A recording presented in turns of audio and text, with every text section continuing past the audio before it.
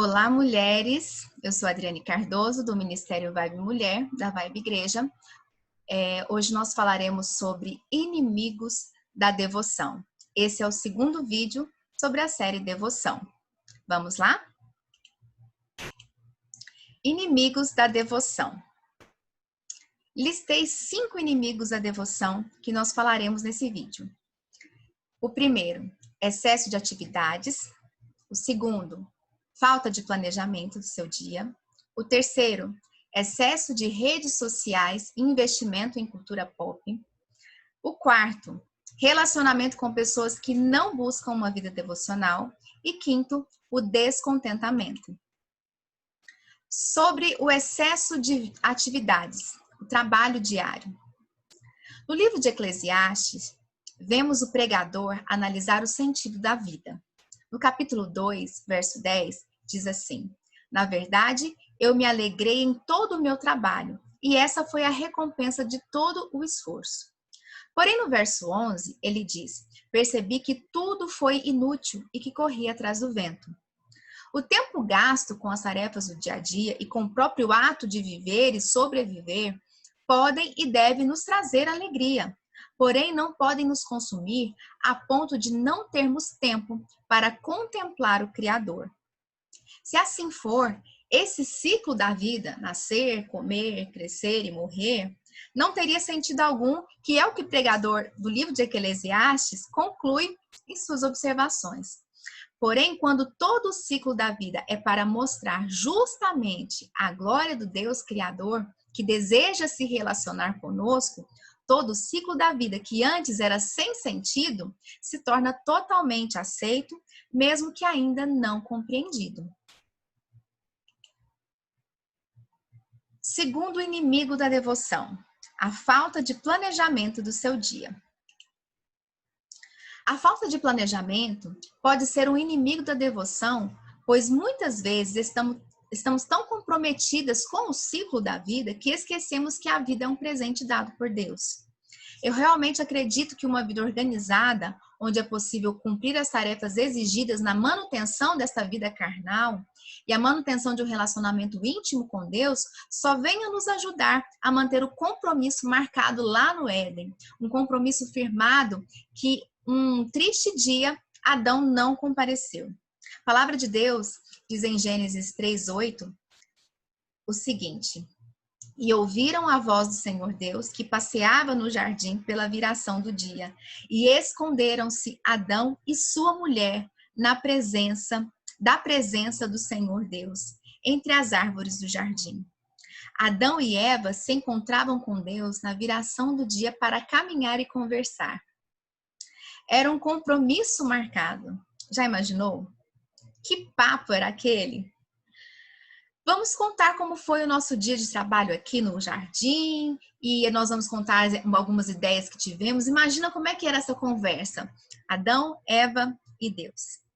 Porém, a nossa natureza caída, que herdamos de Adão, faz com que não compareçamos ao encontro marcado lá no jardim, que foi restaurado com a morte de Jesus.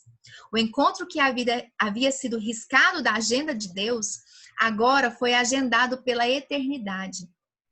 O problema é que continuamos não chegando ao compromisso, por vergonha do pecado, por desorganização ou por sermos atraídas pelos vislumbres da nossa cultura e do nosso lazer.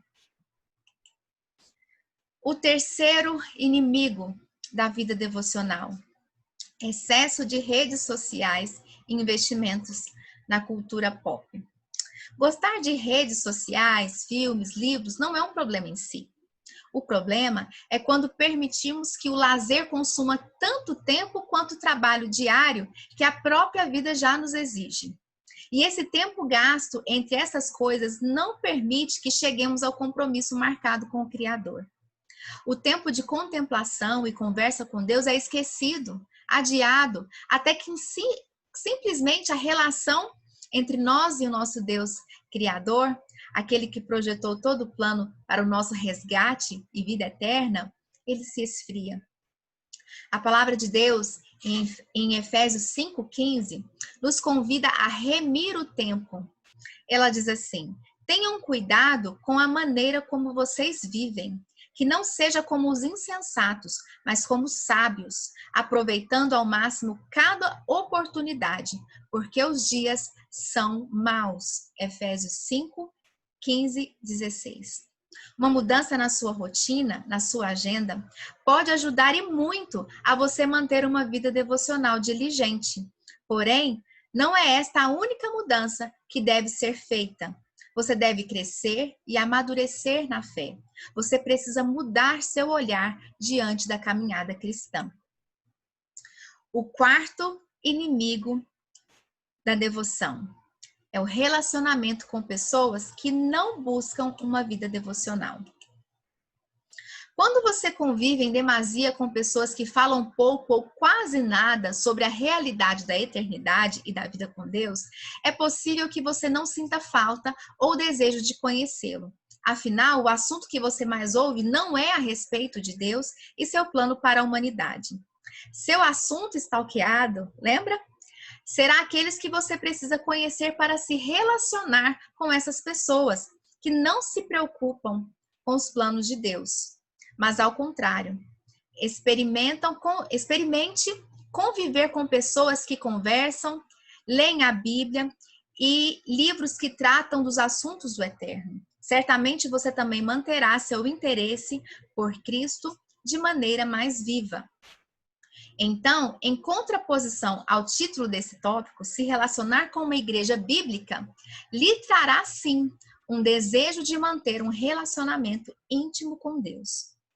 Salmo 1:1-2, eu vou repetir o mesmo verso que eu citei no vídeo 1, diz assim: bem-aventurado o homem que não anda segundo o conselho dos ímpios, nem se detém no caminho dos pecadores, nem se assenta na roda dos escarnecedores.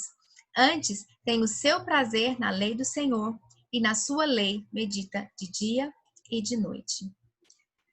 E o quinto e o último inimigo da devoção que nós trataremos nesse vídeo é o descontentamento. Descontentamento, de acordo com o livro Contentamento, de Nancy Wilson, é rejeitar profundamente o que Deus está fazendo. O descontentamento com sua vida terrena pode lhe trazer desânimo para a manutenção de uma vida diligente em seus encontros de devoção com o Senhor. Seja bem-vinda. Você não é a primeira e nem a única.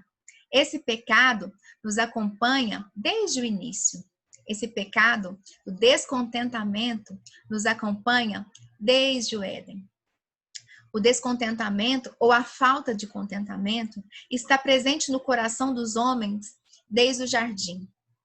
Esse fato é fundamental para compreendermos que o contentamento não tem a ver, primeiramente, com aspectos externos, mas com a condição do nosso coração pecaminoso. O descontentamento é ingratidão e podemos ver suas aplicações na crítica, nas murmurações e nas reclamações que fazemos. O apóstolo Paulo nos aconselha: fazei todas as coisas sem murmurações nem contendas, para que sejais irrepreensíveis e sinceros, filhos de Deus inculpáveis, no meio de uma geração corrompida e perversa, entre a qual resplandeceis como astros no mundo. Filipenses 2:14-15. Adão e Eva estavam no melhor lugar do mundo, onde tinham tudo quanto precisavam. Não havia outros seres humanos com que pudessem comparar suas vidas. Não havia um homem mais bonito, uma mulher mais formosa, famílias mais perfeitas ou empregos melhores. Eles tinham tudo quanto precisavam bem diante ali dos seus olhos. Pois desde a criação do mundo, os atributos invisíveis de Deus, seu eterno poder e sua natureza divina, têm sido vistos claramente, sendo compreendidos por meio das coisas criadas, de forma que tais homens são indesculpáveis. Porque, tendo conhecido a Deus, não o glorificaram como Deus, nem lhe renderam graças, mas os seus pensamentos tornaram-se fúteis e os seus corações insensatos se obscureceram. Romanos 1, 20, 21. No entanto, havia algo que eles não podiam ter. Eles não podiam ter a glória de Deus. E foi justamente isso, essa única coisa que lhes era inalcançável, que eles desejaram.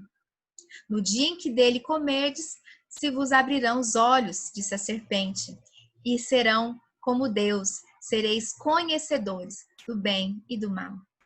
Então, a conduta básica, habitual de todo cristão, deve ser em estar contente e satisfeito com tudo que o Senhor fez e está fazendo em sua vida. Agora eu quero lhe deixar um alerta para a gente encerrar esse vídeo. Ritualizar a nossa vida devocional pode ser perigoso. Ao mesmo tempo que não se dedicar e se preparar para esse momento tão precioso com Deus pode ser um prenúncio de fracasso para o seu crescimento na vida devocional. Viver uma vida devocional diligente não é um passaporte para conseguir adquirir todas as bênçãos do Pai Celeste. Viver uma vida devocional não é sobre o seu bem-estar.